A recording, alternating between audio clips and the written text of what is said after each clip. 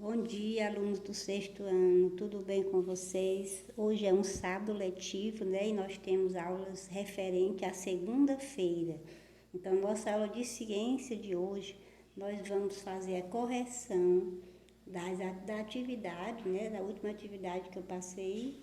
E vamos também revisar um pouquinho, que está próximo da nossa avaliação. Nós vamos revisar os conteúdos, né? Só lembrando para vocês que os nossos conteúdos para esta avaliação têm início lá nas propriedades específicas da matéria. O primeiro assunto da avaliação é esse, as propriedades específicas da matéria, você já sabe quais são. As gerais é a massa, a inércia e o volume. A específica, quais são as específicas?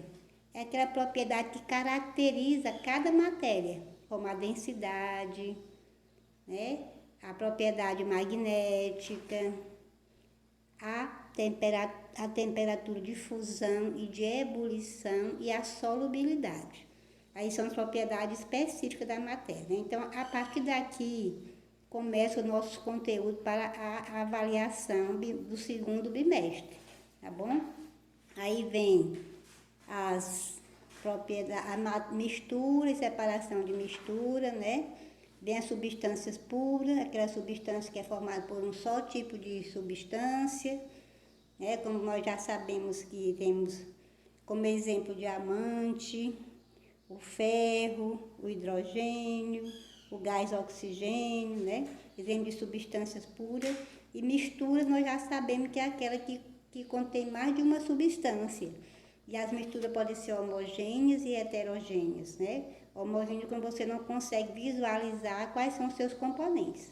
Quando você mistura água e o açúcar e dissolve bem, você não consegue mais visualizar o açúcar. Então é uma mistura homogênea. Você coloca água e o óleo, você observa que o óleo ele não se mistura com a água. Então nós temos uma mistura heterogênea, certo? E aí tem duas fases, que o óleo e a água. Enquanto a mistura homogêneas são monofásicas. Você não consegue ver mais de uma fase. O nosso sangue é uma mistura heterogênea. Não conseguimos visualizar olho nu, mas é uma mistura heterogênea. O leite também é uma mistura heterogênea. Preste bem atenção, vocês não confundirem na hora da prova, tá bom? O leite é uma mistura heterogênea. O nosso sangue, o sangue é uma mistura heterogênea. Observe aqui a imagem, certo? As ligas metálicas, como o ferro, ou como o bronze, o aço e o latão, também são misturas, eles são misturas homogêneas, né? O bronze, né? Ligas metálicas são misturas homogêneas. Você não consegue identificar quem são os componentes, mas eles são misturas, e são mistura homogênea. Quais são as ligas metálicas? O bronze, o aço e o latão, certo? São mistura homogênea. A nossa água que nós consumimos, que é a água mineral, ela também é uma mistura homogênea, certo? Então, hoje nós vamos lá para a correção da atividade. E aí, eu passei ontem uma atividade de revisão. Vocês vão responder a atividade de revisão, vão me enviar e segunda-feira eu corrijo a atividade e reviso mais os conteúdos da avaliação. Tá? Então, hoje nós vamos corrigir essa atividade aqui. Lá na página 82, que eu passei para vocês já faz uns dias, né? Essa atividade aqui. Mas não foi feita a correção ainda. Então, vamos lá. Leia o poema e responda às atividades propostas. Embora a vida esteja diferente, não posso ser indiferente. Que situação vejo à minha frente? Quão prejudicado está o ambiente? É culpa da tecnologia sustentável, não presente, ou das ideias que ficam em minha mente e não viram atitudes a favor do ambiente? Muito bem. O item A. Qual é o assunto abordado no poema? Hein? O poema aborda o quê? A degradação do ambiente, né? E questiona se ela é influenciada pela ausência da tecnologia sustentável ou pelas atitudes humanas, certo? O item B diz o seguinte: cite 3 atitudes sustentáveis que auxiliam a conservar o ambiente que você adota alguma delas. Quais são as atitudes que você adota que contribuem para a conservação do ambiente? Você pode pensar e responder, são pessoais a resposta. Um exemplo que eu vou citar: a economia de energia em sua casa. Você está contribuindo para o ambiente. Você está economizando a água também, né? É ir colaborando com o ambiente. O item C: você acha que é possível dizer que a tecnologia trouxe benefícios e, ao mesmo tempo, impactos negativos para o ambiente? O que é que vocês acham? Sim, né? A tecnologia trouxe benefícios, sim. Mas também, em algumas situações, ela prejudica o ambiente, certo? Converse, são respostas pessoais, vocês podem responder com suas palavras. Converse com um colega e elabore uma resposta para a pergunta feita no poema. Aqui. Converse e vai elaborar uma resposta para a pergunta feita no poema. Não vir atitudes a favor do ambiente, você pode pensar. As atitudes a favor do ambiente é a conservação do ambiente, não desmatar, não queimar, não poluir o ar, né? Essas são atitudes que favorecem o ambiente. Plantar árvores, economizar água, certo?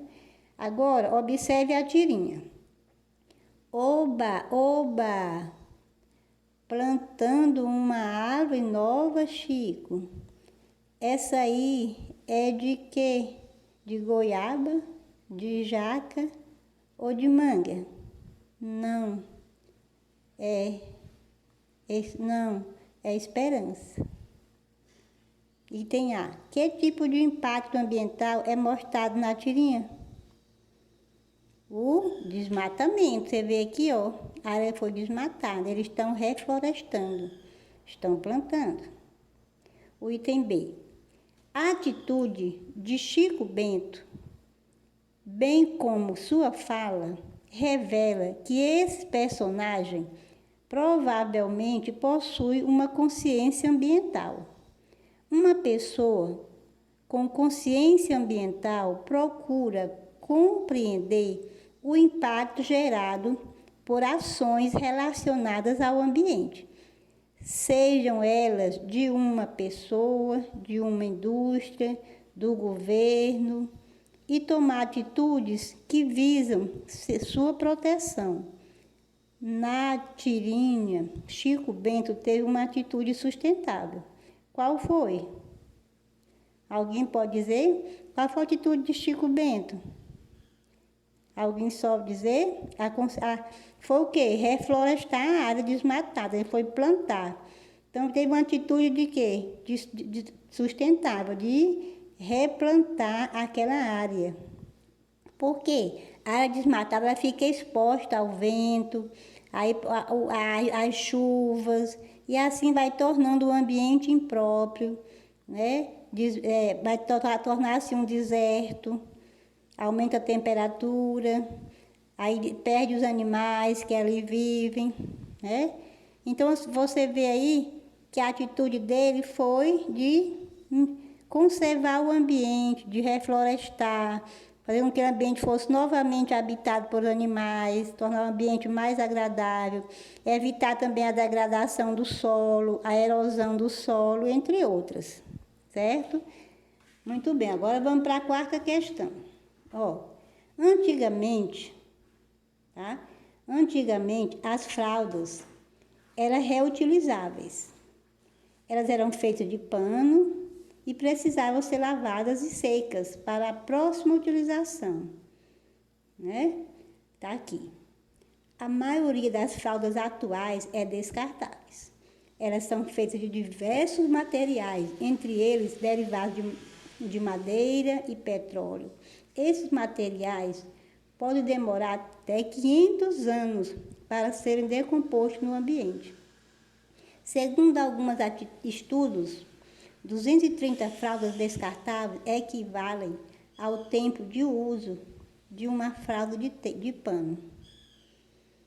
Cite um benefício e um prejuízo associado à tecnologia neste caso, né?